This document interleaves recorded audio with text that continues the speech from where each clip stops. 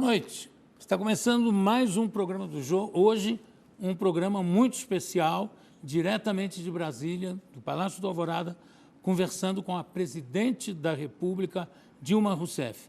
Daqui a pouco a gente volta. Presidente, sabe que eu comecei a ter uma reputação de petista fanático, porque eu saí em sua defesa no programa Meninas do Jô, quando começou aquela onda absurda e louca de fora Dilma, fora Dilma.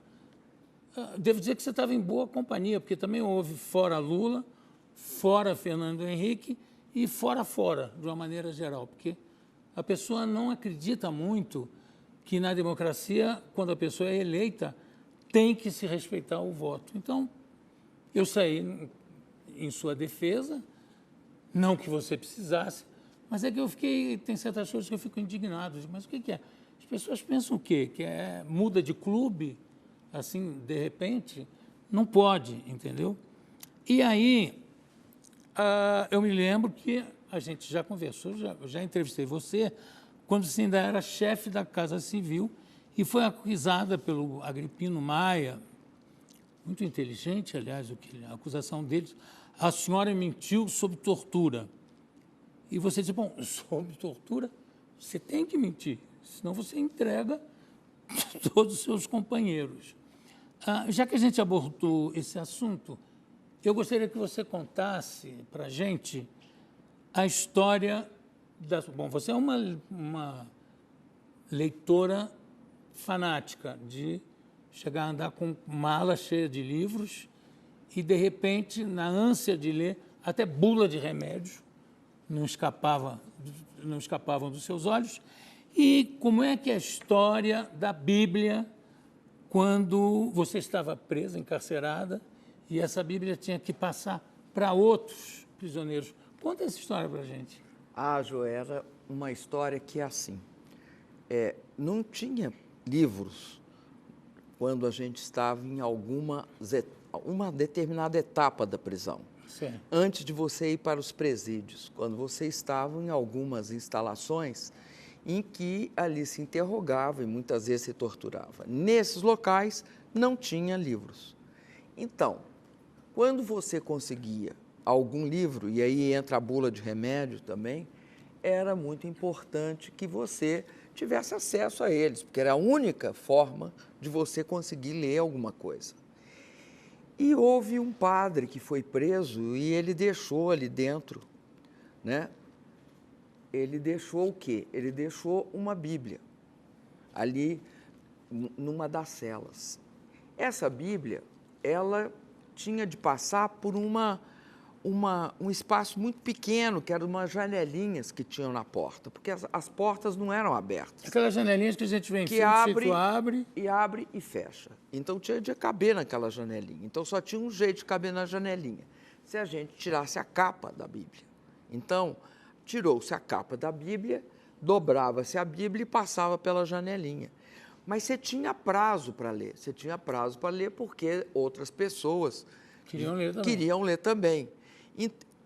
Ou então dava a volta e depois voltava para você, entendeu? Você tinha um rodízio, que aí voltava para você e você aguardava. A Bíblia é algo fantástico, ela é uma leitura que ela envolve de todas as maneiras, além de ser uma expressão religiosa, né, da religião da qual a maioria do Brasil compartilha. Mas, além disso, ela tem uma alta qualidade literária e tem também histórica. Então, é uma leitura que eu quero te dizer o seguinte, para mim foi muito importante, principalmente porque ela trabalha com metáforas, né? E é muito difícil, a metáfora é a imagem. Né? O que é isso? O que é a metáfora? Nada mais do que você transformar em imagem alguma coisa. E não tem jeito melhor de você entender e compreender do que a imagem. Agora, como é que foi a história que você conseguiu passar, enrolando essa Bíblia, ou dobrando, pela tal janelinha? Você teve que convencer um carcereiro que era polícia do sei, Exército, que você quer. alto, louro, bonito, que eram chamados, eu me lembro, Sim. de Catarina, porque era tudo de Santa Catarina. Todos catarinas. Todos catarinas. Eram altos, louros, geralmente de olhos azuis, porque tinham um padrão, né, muito maior. Isso era na polícia. Típico brasileiro, né? Aquele padrão Típico. Brasileiro. Típico do Brasil do Sul, né? E aí, ele viu você Não, desenhando? é porque tinha lápis de cera, tá? Como é que aquele lápis de cera apareceu ali naquela cela? Havia muita controvérsia da onde ele tinha surgido. Mas, enfim, ele estava ali e tinha um papel também, tinha papel. E eu fazia totens, desenhava totens, aqueles totens de índio americano. Sim. Que aparece em filme de índio americano, várias caras diferentes, todas coloridas. E esse guarda, que era um soldado da PE, da Polícia do Exército. Os carcereiros eram soldados. da PE. E ele olhou da janelinha, ele viu o desenho. E achou bonito, ele era um rapaz novo, ele devia ter uns 18 anos, não tinha mais do que isso. Era um menino. E aí, ele olhou para aquilo e uma hora eu perguntei para ele, você achou bonito? E ele disse que ele tinha uma noiva e que se eu desse o desenho para ele, ele ia ficar muito feliz, porque ele mandaria de presente para a noiva. E aí eu dei. E aí pedi para ele entregar a Bíblia para o próximo. E a partir daí ele entregava a Bíblia para o próximo, quando ele estava de serviço. Quer dizer, ele não era livreiro, era bibleiro. Ele era bibleiro. Ia fazendo esse rodízio. Presidente, como é que você enfrenta a acusação da oposição de não ter cumprido algumas das promessas de campanha? Jô, como eu estou no quinto já, né? Já tenho o quinto completo, estou entrando no 6º mês de mandato. É muito difícil dizer que eu não cumpri minhas promessas de campanha. Eu tenho um mandato para cumpri-las. Quais são as minhas promessas de campanha? A minha promessa de campanha é fazer o Brasil crescer e continuar a política de distribuição de renda e investimento em infraestrutura. Veja bem, Jô, nós precisamos de fazer ajustes fiscais. Por que nós precisamos de fazer ajustes fiscais? O mundo está no 7º ano da crise. E se você olhar, nem os Estados Unidos, nem a Europa, muito menos a China, saíram da crise. A China, inclusive, entrou nos últimos 2 anos. O que nós fizemos diante da crise que começou lá em 2008? Nós utilizamos tudo o que podíamos. E o que nós utilizamos? Nós utilizamos o orçamento da União. O orçamento da União bancou redução de imposto. Abrimos mão de imposto para impedir que o desemprego e a redução de salários começasse lá atrás, em 2009, 2010, 11, 12, 13 e 14. Depois, nós ampliamos o crédito. E aí, nós financiamos bens de capital com juros baixos.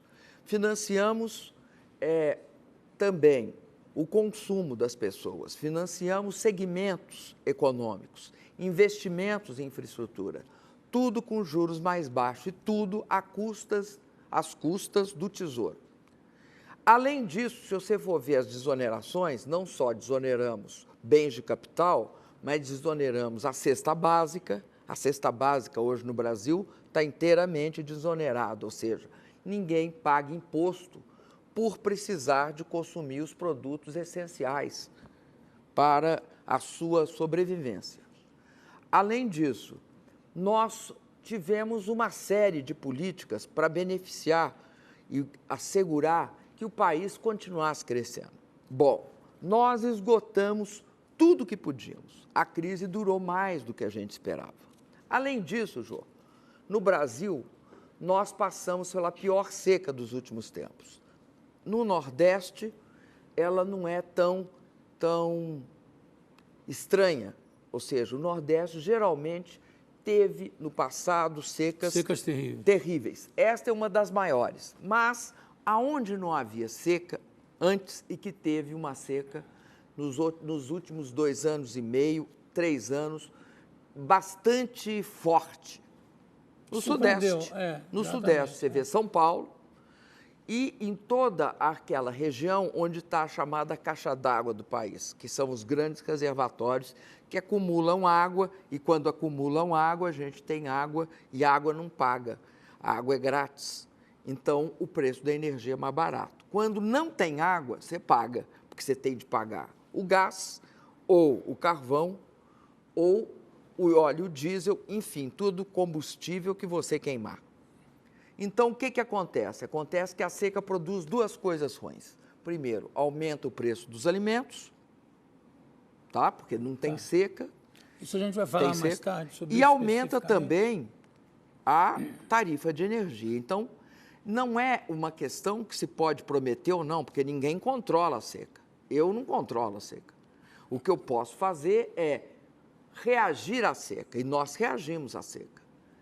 Infelizmente, você vai ter um pico de inflação. Você tem um pico de preços determinados pela inflação e também, aliás, pela inflação, pela seca, tanto de alimentos como de energia. E também o dólar, né? Você tem uma correção do dólar internacionalmente já desde da metade do ano passado para cá. A primeira coisa, você, quando acorda, a primeira coisa que você pergunta é como é que está o preço do dólar? Não, porque é impressionante como o preço do dólar influi na economia do mundo inteiro. Influi.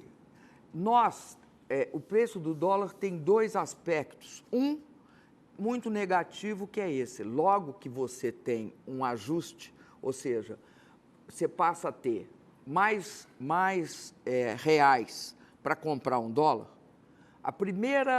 o primeiro efeito disso é aumentar os preços internos. O segundo efeito é complicar a vida de quem viaja para o exterior.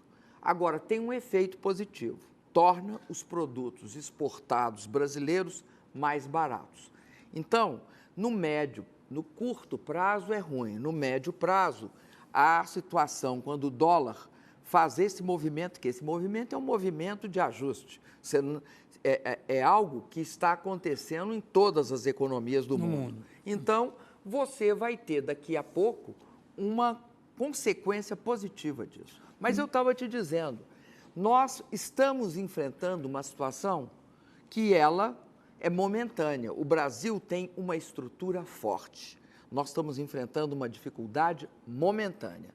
Nós vamos superar essa dificuldade. Aliás, essa semana agora, Jô, você lembra, na terça-feira eu lancei um programa bastante ambicioso de investimento em infraestrutura também para ajudar o país a retomar o rumo do crescimento. Investir em rodovia, em ferrovia, o Brasil precisa de ter ferrovia. Não, acho que é um pecado nunca ter havido um investimento grande em ferrovias. No tempo de Dom Pedro II, houve um projeto, se não me engano, Barão de Mauá também, de atravessar o país com ferrovias, e um conselheiro falou para o imperador, não, é muito caro, porque tem que ter trilho para ir e trilho para voltar. E aí não seguiu em frente o projeto. Agora, eu queria mudar um pouco de assunto para perguntar o seguinte, você sempre foi firme na defesa das liberdades democráticas. Como é que é? É difícil manter essa posição diante da pressão dos radicais? E vou emendar com outra pergunta. Você se acha pavio curto? Eu posso te falar uma coisa, Jô. Eu acho que diante de radicais, o melhor remédio é a democracia. O direito à livre manifestação, o direito de expressão. No Brasil, tem de ser normal se manifestar. Eu sou daquela geração, que é a sua, nós sabemos... Muito obrigado. Sei, mas somos. Estamos ali na beira da mesma geração, João. Nós temos em comum a hiperinflação, que é o que sempre assusta a gente. Nós sempre assustamos, mas também temos em comum ter vivido na ditadura, né, João? Nós sabemos o valor. O Brasil não pode achar estranho as manifestações. As manifestações têm de ser vistas como algo normal. Eu sempre defenderei, João, o direito e a liberdade de expressão de quem quer que seja. Sabe por quê, Jô? Porque eu estava dizendo, a nossa geração sabe o que é viver quando qualquer coisa vira crime.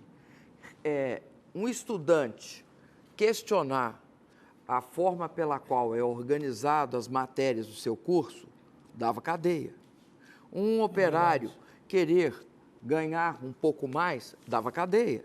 Nós sabemos que o mundo não precisa ser desse jeito, não deve ser desse jeito e nós não podemos deixar que ele seja assim. Agora, pavio curto. É assim, eu sempre acho que tem um pouco de comentário seguinte, diziam assim, ela é muito dura, ela é muito exigente e ela tem pavio curto. Eu quero te dizer o seguinte, eu tenho imensa capacidade de resistir. Aprendi isso ao longo da vida, né? Me prenderam, eu aprendi. Me prenderam, me botaram na cadeia, eu aprendi a resistir. A ter aquela tranquilidade que a gente tem de ter para você aguentar, sabendo que uma hora passa.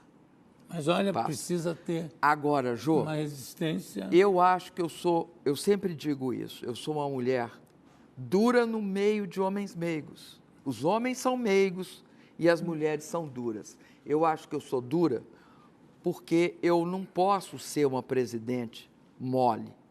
Você acha que eu sempre digo isso, mas todo mundo me diz que não. Eu acho que há uma certa dose de machismo em algumas afirmações que eu vejo, e essa é uma, né, de ser pavio curto. Isso eu acho que surpreende mais numa mulher do que num presidente homem.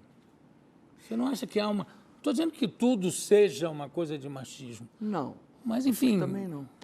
Outra coisa, como é que você responde às pessoas que dizem que no tempo do Mantega você comandava a economia e agora quem comanda é o Levi? Eu tenho uma resposta para isso, mas eu prefiro que você dê a sua. A minha é a seguinte, Jô. Eu acho que aí há uma visão absolutamente incorreta, tanto a respeito do Mantega como do Levi. Ambos são ministros da Fazenda.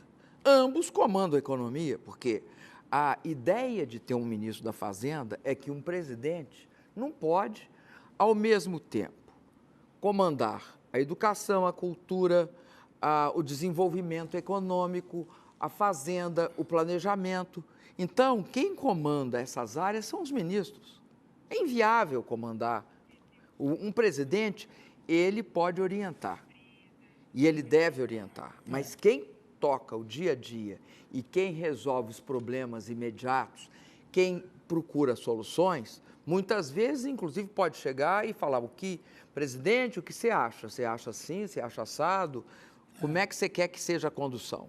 Isso é normal. Agora, é impossível, não conhecer como é que funciona um governo, estrutura, achar que é assim que se Agora, dão não as irritou, coisas. A mim me irritou demais o negócio da Economist, querendo, aliás, um sentimento um pouco colonialista, sugerindo, não, quase que dizendo que a saída era você demitir o Mantega, quer dizer, querendo interferir na política econômica de outro país.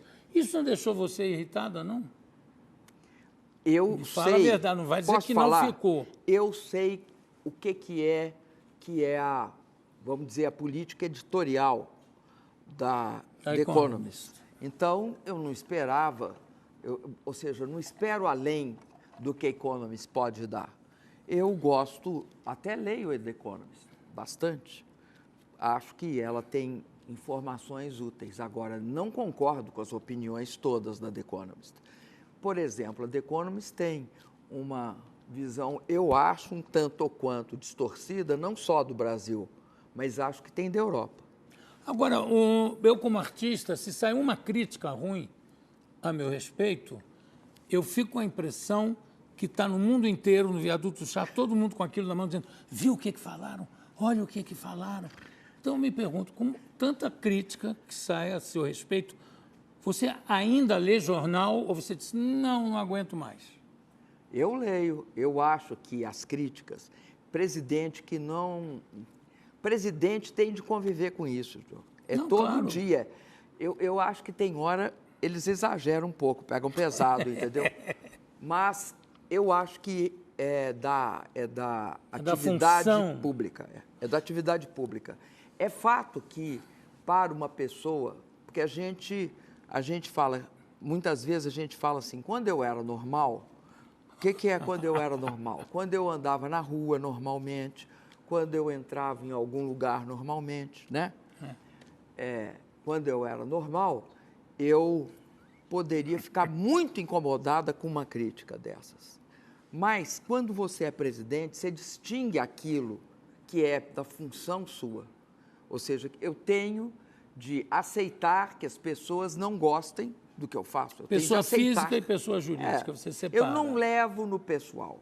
Agora, se você quer saber se eu fico triste, fico sim, algumas horas bastante triste. Eu também fico. Porque é aquele negócio, ninguém é de ferro. É verdade. Ninguém é de ferro, por mais que você aguente. Você ninguém perdeu é de o ferro. pai aos 14 anos. Foi. Lutou por seus ideais, foi torturada, presa, venceu um câncer. E olhando para o Eduardo Cunha e para o Renan Calheiros, a gente sabe que de cara feia você não tem medo. O que é que te amedronta?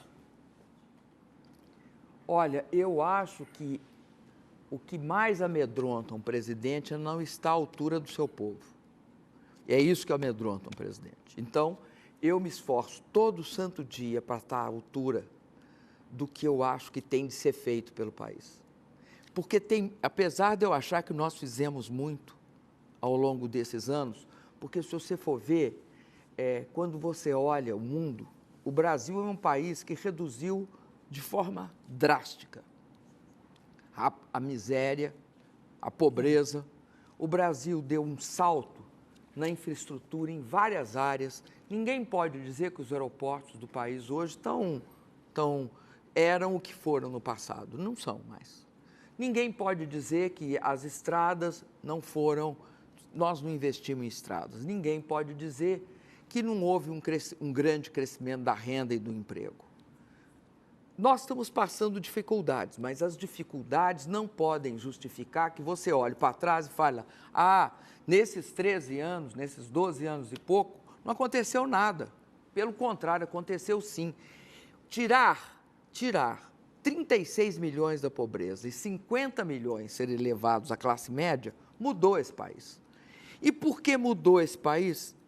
Todas as pessoas que melhoram de vida, elas não querem menos, João, elas querem mais.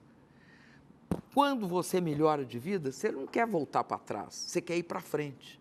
Então, é justo que as pessoas hoje reivindiquem saúde, educação, tudo de qualidade. Saúde, então é isso que eu quero estar à altura. Saúde, por exemplo. Vamos abordar agora? Não, porque eu vou fazer um break. Você vai fazer um break. Antes, eu só quero te perguntar o seguinte.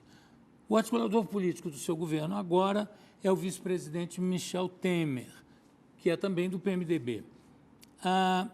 Ele foi escolhido pela habilidade política ou pela aparência? Porque ele está tão bonito. Dizem até que ele operou o cabelo e penteou o nariz. Não sei se é verdade. Ô, Jô, eu acho o Temer um grande parlamentar. O Temer foi um grande parlamentar com muita experiência. O Temer é uma pessoa extremamente hábil. Ele é um ótimo articulador político. Bom, vamos fazer uma paradinha, fazer um break, e aí a gente continua com o presidente da República, Dilma Rousseff. Ok? Tenho aqui ao meu lado a presidente da República, Dilma Rousseff. E com a subida da inflação e dos juros, tem muita gente que diz que não consegue mais pagar as prestações nem da casa própria, nem do crediário. Sem falar no que você mencionou agora, em cesta básica, etc., no preço dos alimentos, que me lembrou, eu assisti um comício do Jânio Quadros, que era um grande comunicador, que imitava uma dona de casa. Ele dizia assim, a dona de casa vai à feira e... Como está cara a batatinha? Como está cara a aboborinha? Essa subida dos alimentos não deixa você agoniada? A Dilma pessoa física? E a jurídica também. Eu fico bastante agoniada, viu, João? Eu acho que é das coisas que mais me preocupa. Por quê? Eu sei que é passageiro, mas eu sei também que mesmo sendo passageiro, como é que afeta a vida do dia a dia das pessoas. Fico preocupada porque eu acho que nós vamos ter de fazer um imenso esforço. E quero te dizer o seguinte, que nós iremos fazer o possível e o impossível para o Brasil voltar a ter uma inflação bem estável dentro da meta. Isso significa que esse processo que nós estamos vivendo, ele tem um tempo, ele não vai durar. Você tem ideia de um prazo? Nós assim, estamos ou é esperando que fazer? melhore, no final do ano. A gente não pode chegar aqui e jurar, olha, vai melhorar no final do ano. Depende de coisas que também nós não controlamos. Mas eu acredito nisso, eu acho que e mesmo todas as avaliações de mercado apontam por uma queda da inflação nos próximos meses. E eu sei também que no caso, por exemplo, da casa própria, né, eu acho que muita gente deve ter sofrido com essa consequência. Agora, é importante sinalizar que no Minha Casa Minha Vida, nenhuma das prestações da casa própria foi aumentada. Elas não variam de acordo com os juros, elas são fixas. Então, isso também é algo que a mim me consola um pouco. Por quê? Porque o Minha Casa Minha Vida, ele garante o acesso à casa própria a quem tem menos renda. Então, como é que uma pessoa que ganha até R$ 1.600 compra casa hoje? Compra casa por quê? Hoje o governo assegura, e isso não vai mudar, o governo assegura que a pessoa paga uma parte da prestação, a parte menor, né, do valor da casa, e nós pagamos a parte maior. Nós pagamos em torno de 90%. As pessoas pagam em torno de 10%. Quando a pessoa ganha de 1.600 a 3.220, você tem uma mudança, mas o governo continua pagando pelo menos uns 50% a 60% da casa própria. E depois, quando ela ganha de 3.220 até 5.000, né, nós pagamos seguro, nós facilitamos a garantia, e isso significa que aqui hoje no Brasil, nós, com o programa Minha Casa Minha Vida, construímos 3.750.000 moradias. Destas, 2.200.000 estão entregues. O restante será entregue até o início do ano que vem. E agora, em agosto, início de agosto, nós vamos lançar mais 3 milhões de moradias. Porque, mesmo fazendo o ajuste, como o Brasil não passa por uma situação que ele é estruturalmente doente, pelo contrário, ele está momentaneamente com problemas e dificuldades, por isso que é importante fazer logo o ajuste para a gente sair mais rápido possível da situação.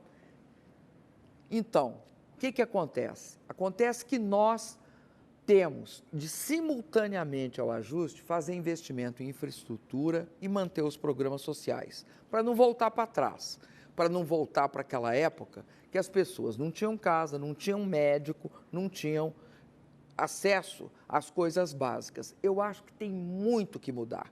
Eu não acho que está perfeito, acho que tem muito que mudar, muito que avançar e muito ainda que construir. Bom, vamos falar um pouquinho daquilo que a gente começou a falar sobre a saúde. Eu tenho a impressão que deve afligir demais a você, porque a gente vê todos os dias na televisão doentes sendo atendidos no chão dos hospitais públicos, fila para tudo. Sabe, uma vez eu estava fazendo um show ainda na família Trapo, na Bahia, e o Golias torceu o pé. Vamos no hospital. Chegou no hospital, era uma coisa... A gente foi embora, porque tinha gente baleada no chão, gente em cima de maca, que você via que precisava de uma cirurgia urgente. E isso tem anos, se eu estou falando, anos 60, 67. E, de repente, a gente vê os telejornais que continuam a mesma coisa, uma carência na área da saúde, que eu acho que quando você vê qualquer telejornal, é uma coisa que deve te indignar também. Eu acho que não é possível passar batido por uma situação tão calamitosa. Isso te dá vontade de pegar o telefone, ligar para o ministro da Saúde? Qual é a sua reação? O Jô, presidente não pode só indignar, não. Se indignar, não. O presidente tem de fazer, a gente tem de fazer.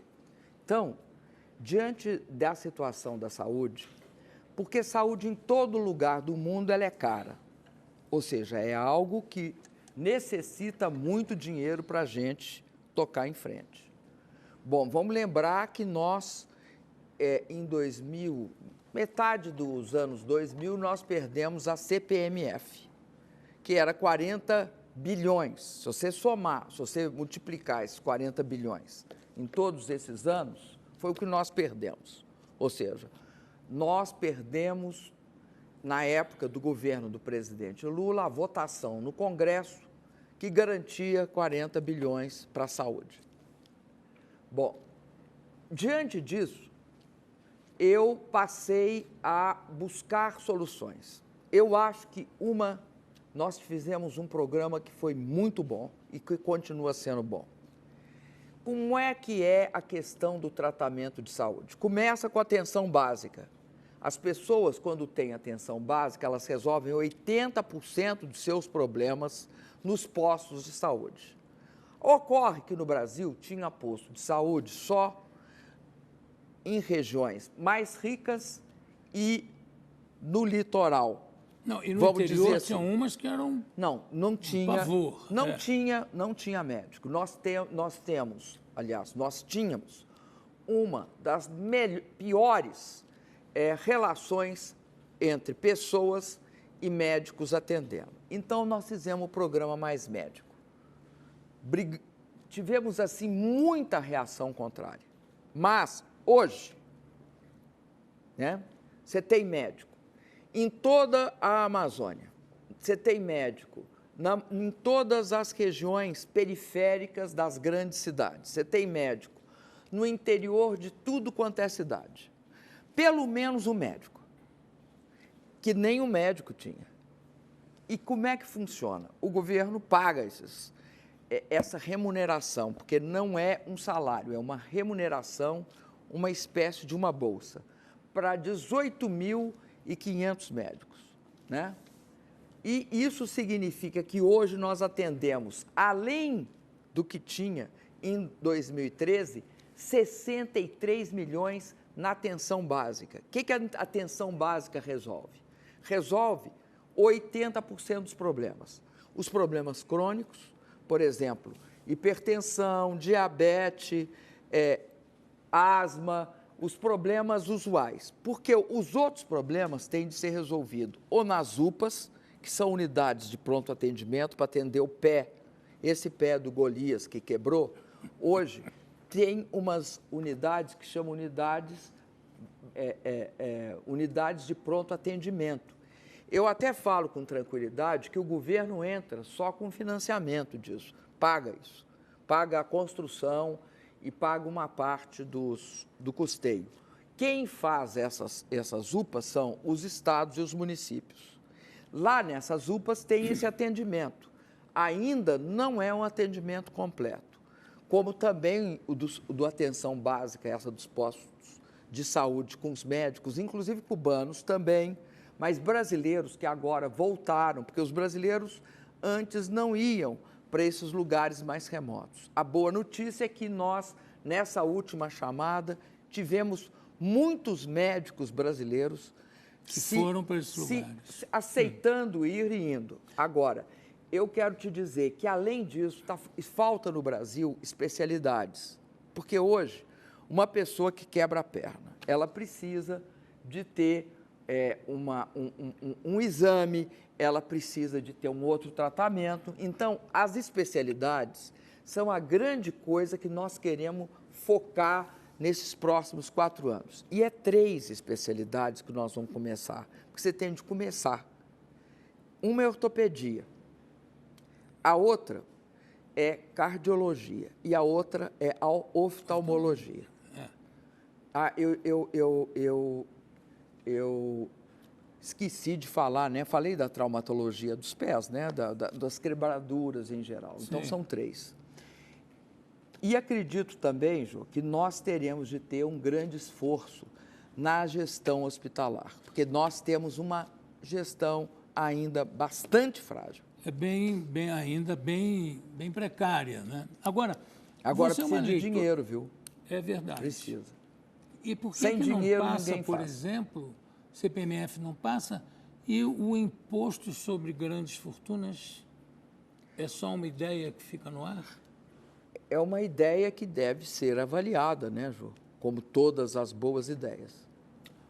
Eu queria voltar aqui um pouco para falar você que é uma leitora voraz, a gente já conversou sobre isso, eu sei que é, a situação da educação. De repente, tem um corte de quase 20% no orçamento do Ministério da Educação.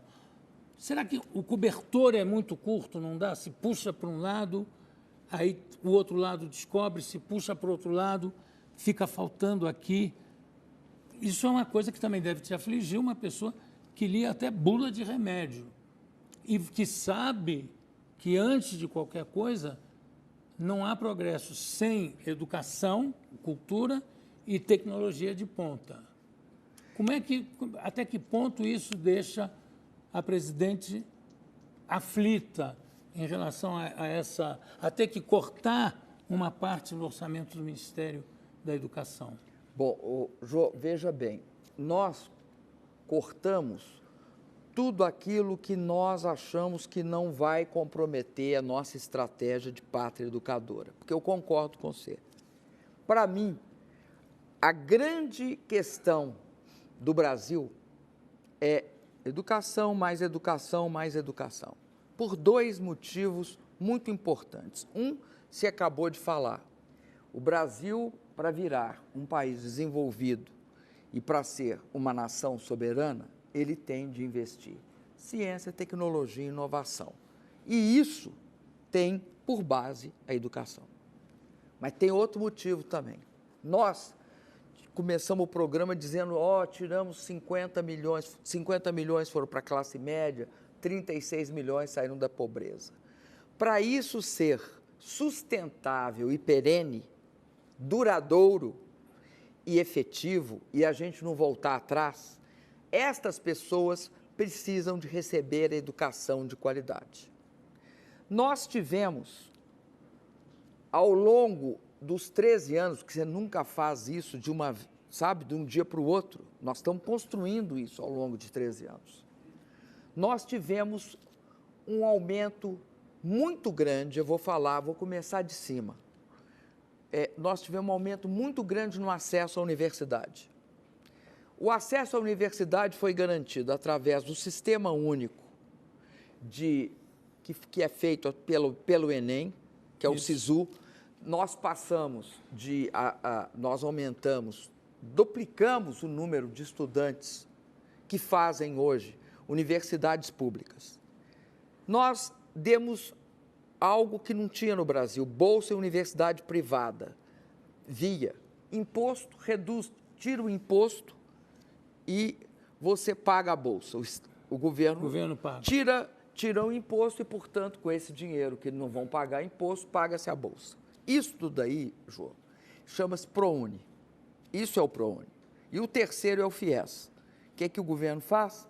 O seu curso é de 4 anos, eu te financio para você pagar, você conclui o curso, se é de 4 anos o seu curso, você paga em 13 anos depois de iniciado.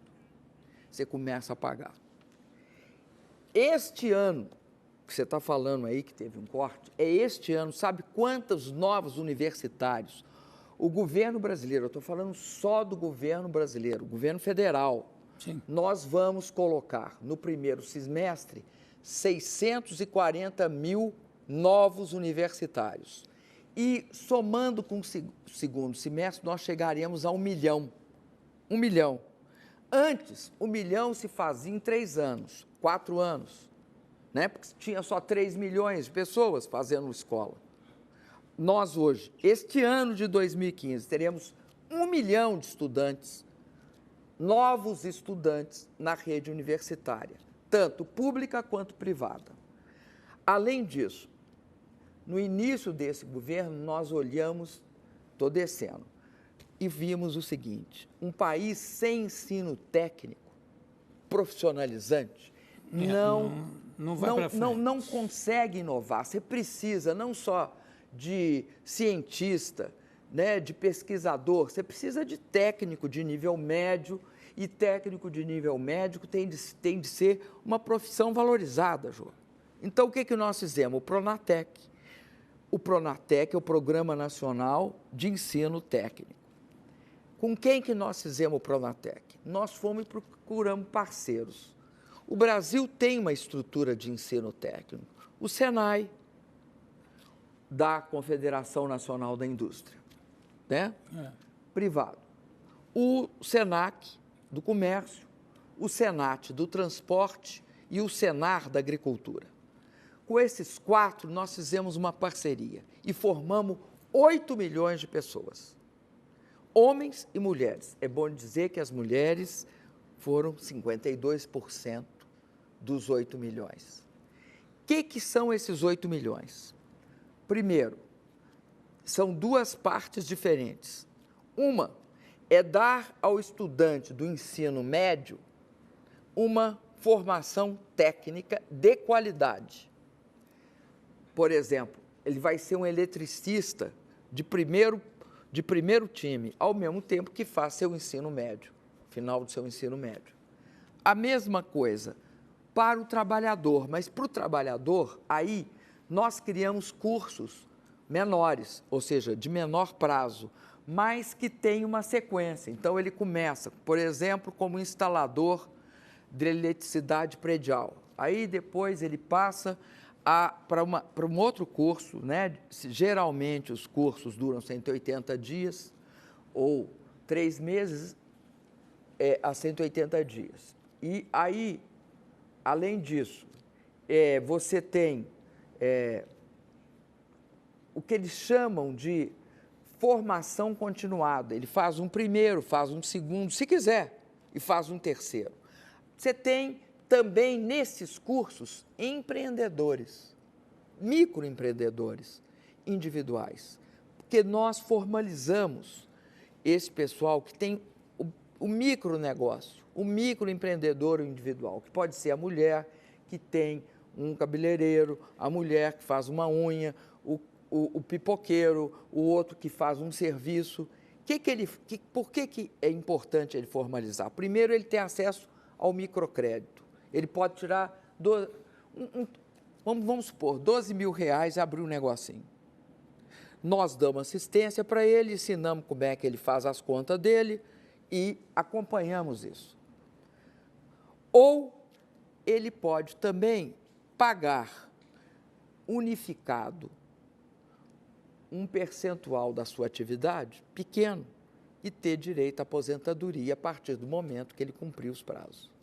A gente então, já tem eu estou dizendo esses dois, eu falei desses dois, tanto da universidade como o Pronatec, porque isso é típico do governo federal. Mas eu quero te falar das creches, porque sem creche, porque o ensino, João, não pode falar assim, antes falavam assim, ou você faz um bom ensino fundamental ou você faz um ensino universitário. Não, o ensino tem de ser bom da creche ao pós-graduação. Um depende do outro. É tudo interligado. Então, por que eu preciso de creche? Antes se dizia, precisa de creche porque a mãe vai trabalhar. Eu acho que é bom para a mãe que trabalha ter creche, mas você precisa de creche, não é para ela não, é para a criança. A criança, a raiz da desigualdade está na capacidade que a criança vai ter de ser estimulada.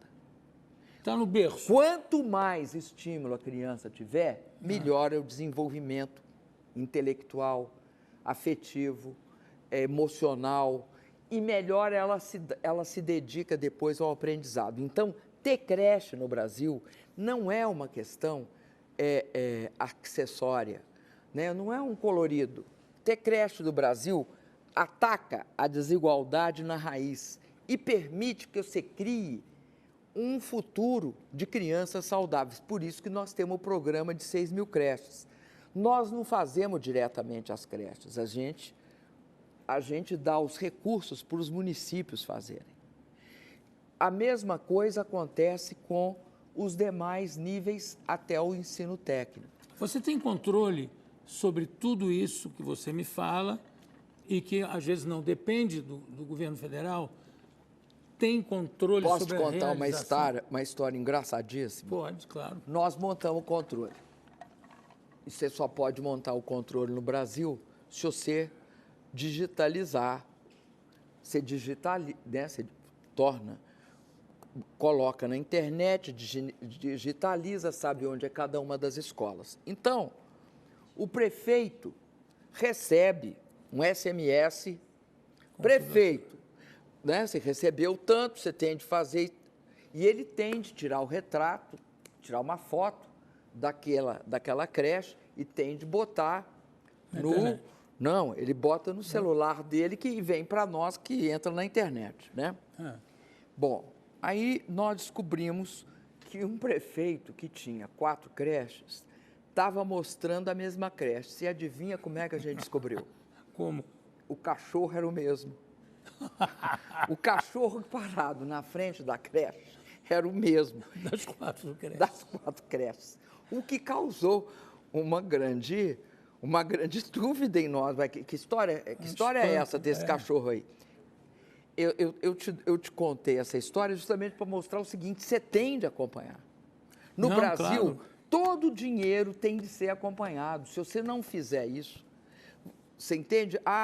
Você está ou desperdiçando o dinheiro ou destinando ele desnecessariamente naquele momento. Você sabe que quando o Café Filho foi eleito presidente, ele é de Natal, e tinha uma coisa no Porto de Natal, que era uma pedra imensa, e que pediram a ele que mandasse dinamitar e tirar aquilo. Ele falou, pode deixar, e deu ordens, voltou para a capital, perguntou, e aí a pedra? Aí mostraram até fotografias para ele. Está vendo, presidente? Não tem mais a pedra. Foi seguida a sua instrução, não tem mais a pedra. Tá, muito obrigado. Quando ele deixou de ser presidente, ele foi a Natal, continuava lá a pedra. Quer dizer... E a pedra era a mesma? Era a mesma. Era a mesma. É igual a minha história. Vamos falar de um assunto, o cachorro era o mesmo. Presidente, que a gente não falou ainda, mas é fundamental que a gente fale. Em 2012, você mudou o comando da Petrobras. É que você já pressentia que havia algo de podre no reino do petróleo? Olha, Júlio, quero te dizer o seguinte. Eu não eram pessoas da minha confiança. Quando você sobe ao governo, você coloca as pessoas da sua confiança.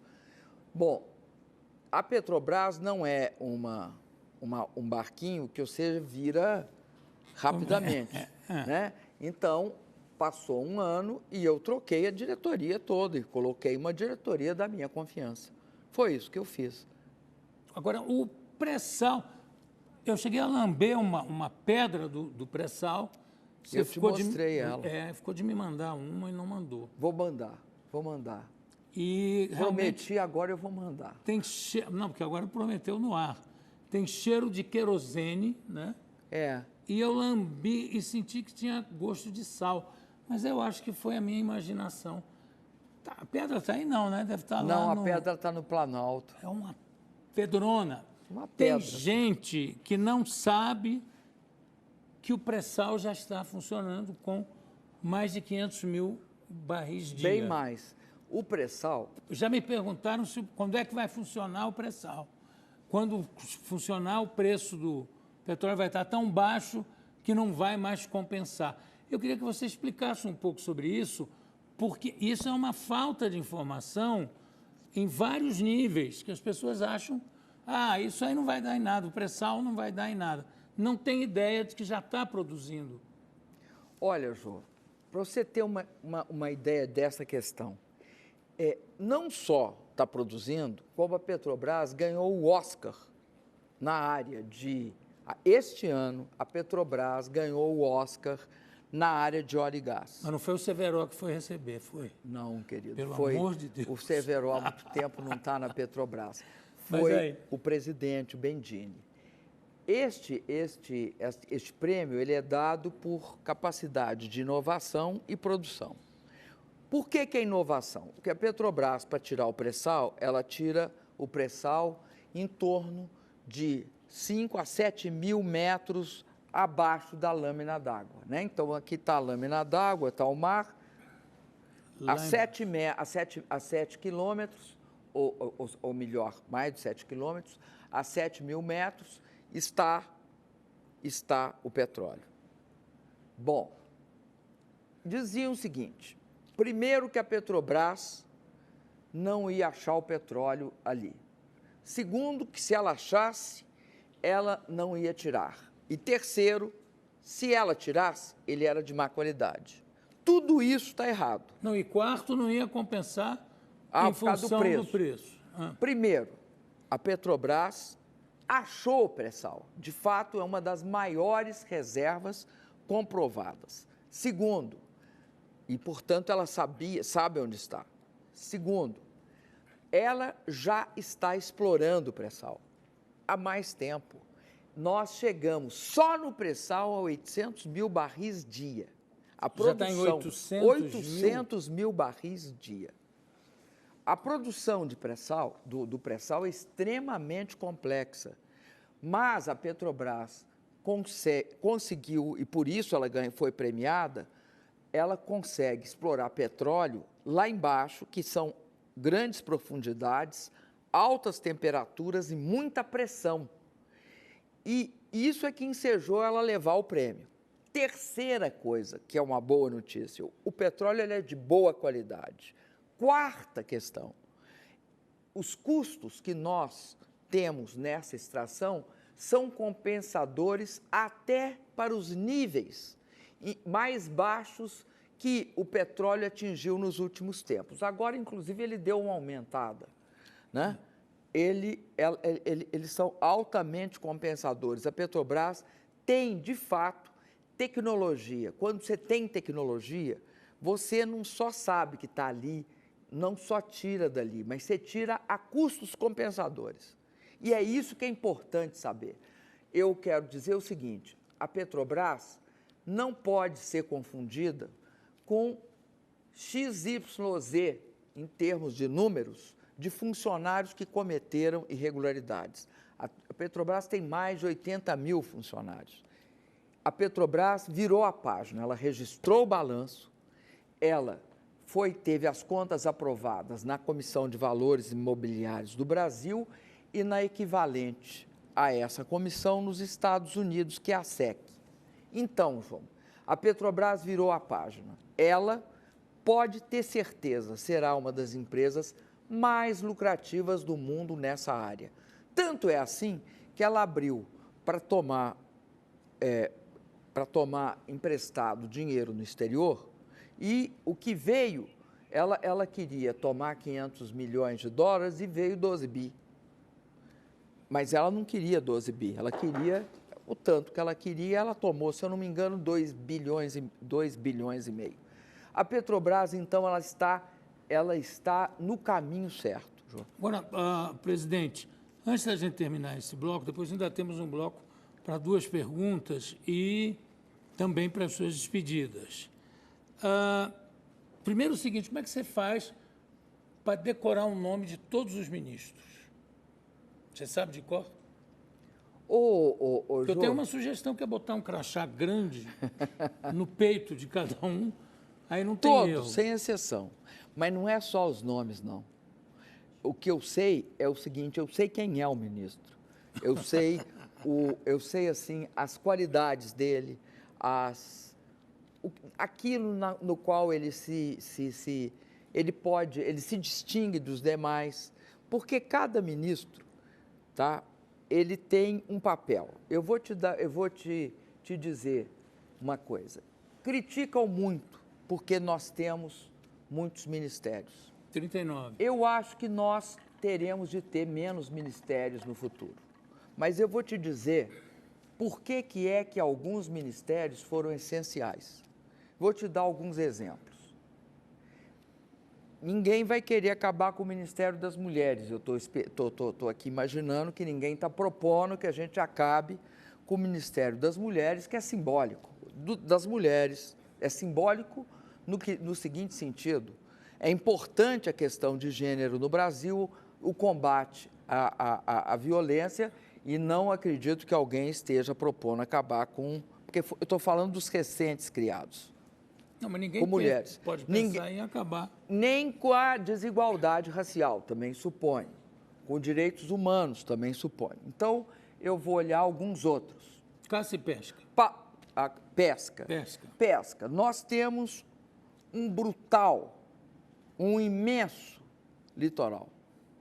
A pesca, em alguns países, é atividade que contribui com o PIB. Nós temos uma contribuição da pesca ridícula. Quando você faz esse tipo de ministério, o que você quer? Você quer uma pessoa só pensando nisso, só pensa naquilo, só quer saber daquilo. Se tiver a pesca misturado com a agricultura, eu acho até que no futuro você pode ter uma situação assim. Mas você tem toda uma gravitação em torno do agronegócio, ou da agricultura familiar, ou da pecuária. Agora, a pesca é um negócio à parte. Não só o nosso litoral, mas todas as nossas águas internas.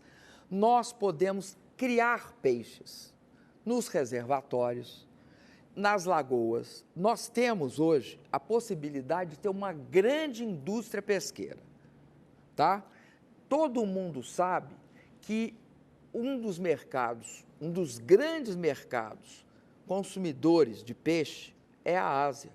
E a Ásia tem uma quantidade imensa de população. Então, o Brasil vai ter de se transformar, sim, num grande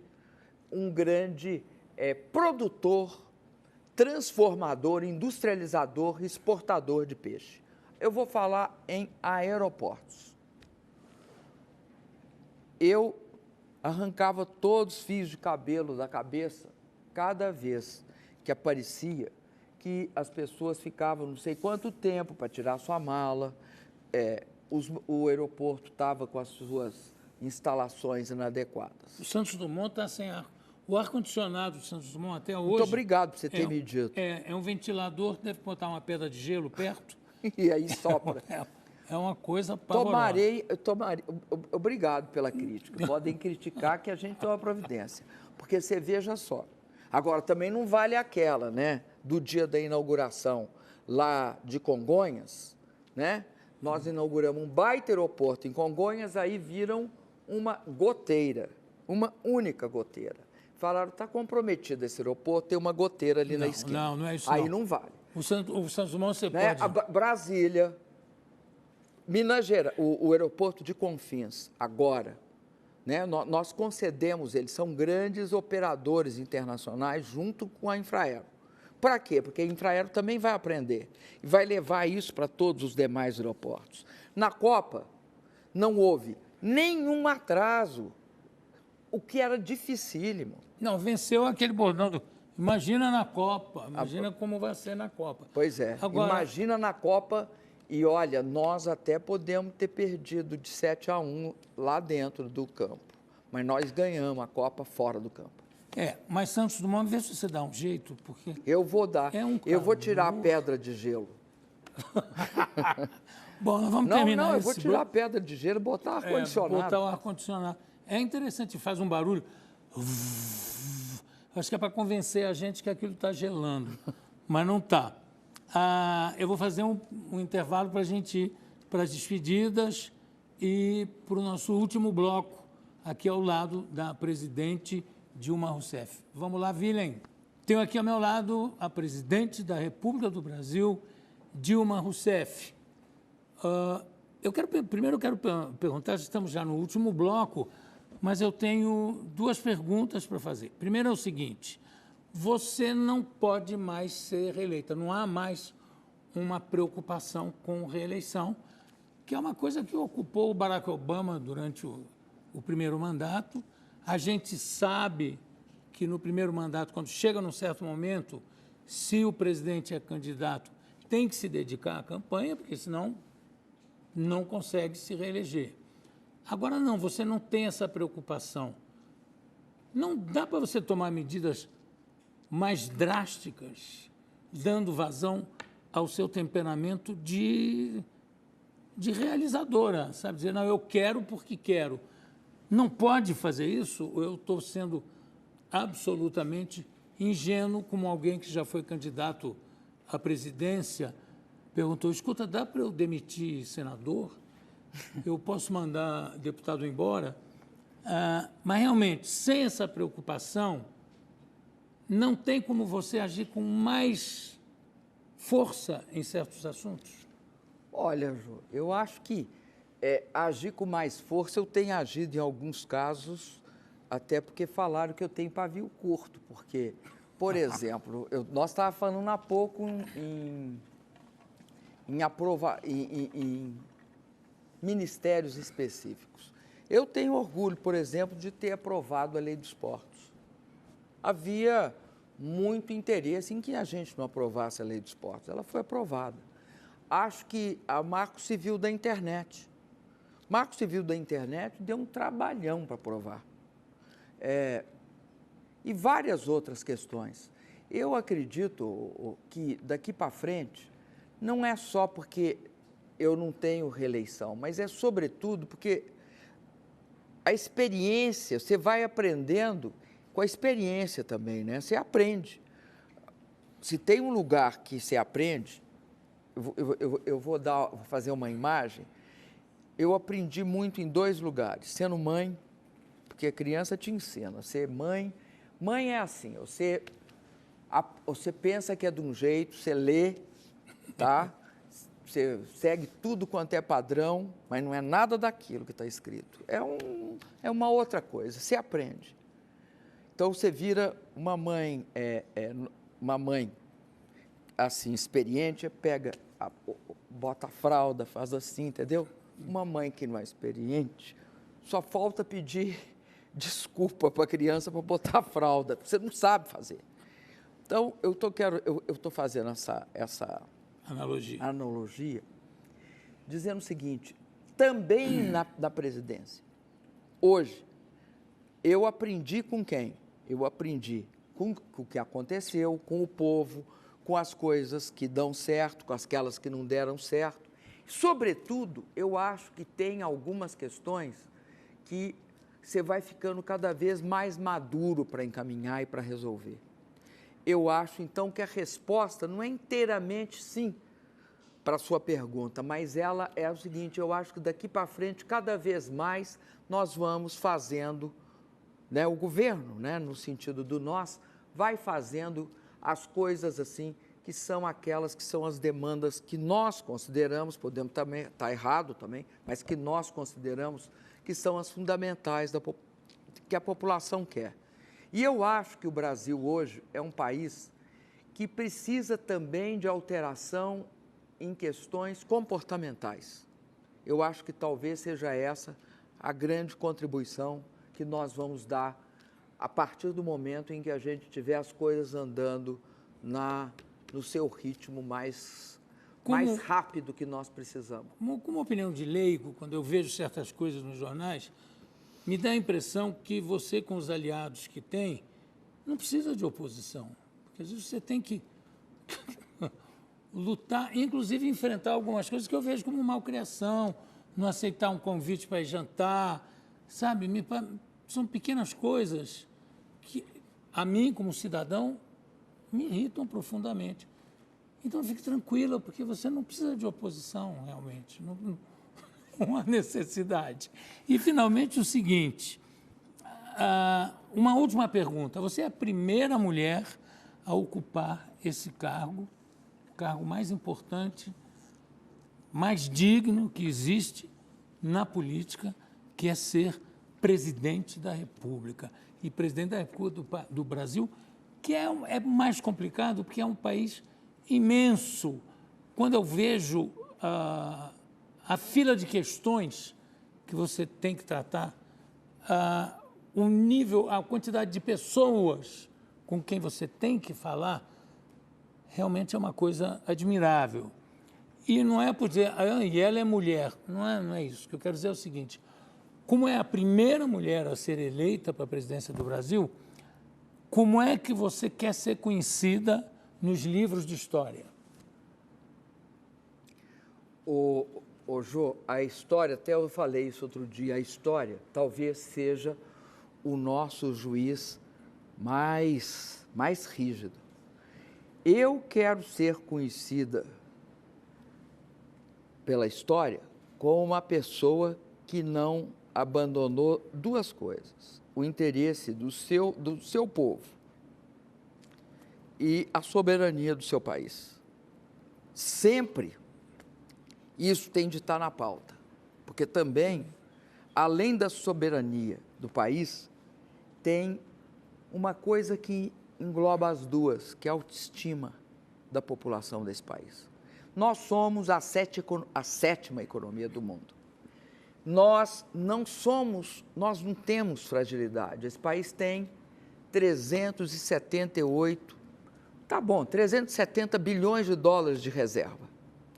Esse país tem estruturas democráticas sólidas, tem um judiciário, tem o seu Congresso, o seu parlamento e tem o executivo, independentes e tendo de conviver com harmonia. Eu sou a favor da harmonia entre os poderes. Acho que independe do que eu acho ou deixo de achar de quem quer que seja, há um tratamento que diz respeito àquela autoridade, que ela representa um poder que está previsto na Constituição.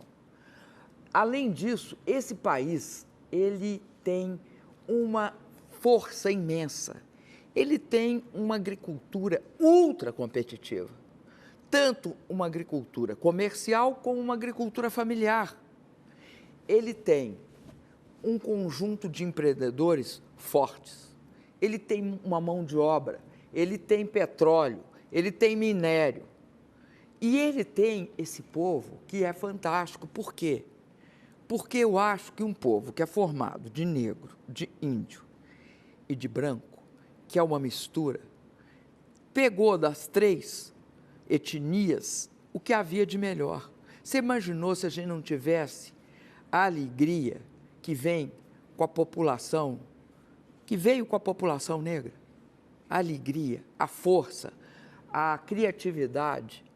Você já imaginou se a gente não tivesse a contribuição da civilização portuguesa ou das outras, da onde nós viemos?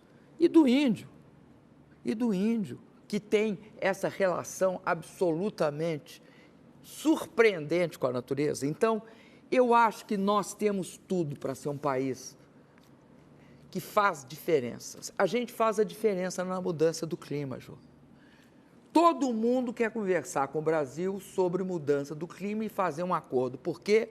Porque nós fomos o único país que voluntariamente passou uma lei dizendo que até 2020 reduziria 36% da emissão de gás de efeito estufa. Pois bem, nós estamos, isso em relação a 2005, nós estamos em 2015, faltando 5 anos. Nós cumprimos 72% da mais ousada meta de redução do efeito do clima. Por que nós podemos fazer isso? Porque nós somos capazes de ter muita hidrelétrica, eólica, biomassa, porque nós fazemos uma agricultura chamada de baixo carbono, plantamos direto na palha, isso aumenta a nossa produtividade, reduz todos os comprometimentos do meio ambiente, porque nós somos capazes de rotar lavoura, pecuária e floresta, enfim, porque nós acreditamos que é possível crescer, incluir, conservar e proteger. Então, eu falo isso, sabe por quê, Jô? Porque eu acho que no Brasil tem uma coisa que eu não vejo em outros países. Eu acho que nós somos mais críticos conosco do que nós merecemos. Aliás, eu não acho isso. Você fez um comentário comigo sobre isso. E eu acredito que isso é algo que nós temos de saber que acontece conosco. Eu tive recentemente num país que muitos comparam com o Brasil, mas que ele tem metade da sua população abaixo da linha da pobreza. Então, nós temos grandes vantagens hoje e nós temos de saber usá-las. Por quê? Um povo que não tem esperança também não constrói o futuro. Nós precisamos de esperança, nós precisamos da confiança do povo em si mesmo. Muito bem, eu quero agradecer à presidente Dilma Rousseff por essa entrevista.